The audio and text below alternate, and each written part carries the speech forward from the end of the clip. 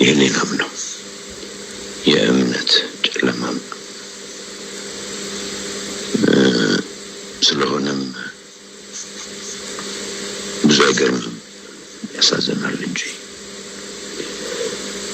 በሆነውና ባደረግነው በሙሉ ልትኮሪ ነው የሚገባሽ። እኔም እኮራለሁ። ይህች ሀገሬ ነሽ ብለዋት ያመኗትን ከድታ ለእሷ የተሻለ አስበው በእምነት የተለዩትን በልታ የት ድረስ እንደምትሄድ አላውቅም። ለማንኛውም የወደቁላት ጀግኖች ተወርደው የቆሙላት ሰዎች ተንጓጠው በጅምላ ፍረጃ የሚሯሯጡባት ሀገርነቷ እንዴት ሆኖ እንደሚቀጥል አይታየኝም። ግን እድሜ ለተወሰኑ ልጆቿ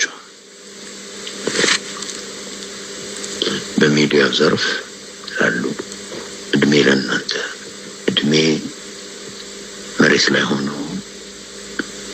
እየራበውም ቢሆን ነፃነትን አክብረው ለሚሰዋው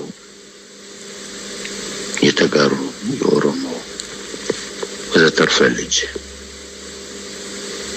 እሷ ቀና ብላ ባትሄድ በዚያ እምነትና በሰውነት እምነት ዙሪያ ያቆሙ ብዙዎች ቀና ብለው ይሄዳሉ።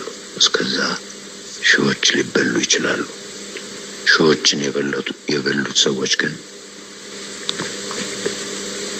በሺዎች ተበልተው በቁማቸው መንምነው ያልፋሉ። ይህን ቃል ያዥልኝ፣ እውነቴን። ዛሬ ቀናን የሚሉ ድሩዬዎች የመንግስትን ስልጣንና ከስልጣን የሚመነጭን ታንክና መድፍ ባንክ ታጥቀው ህዝብን ቢያሳድዱም የዚህን መሰል ዜጋዎች መንፈስ እምቢተኝነት አይገሉትም። ይብላኝ ለኢትዮጵያ።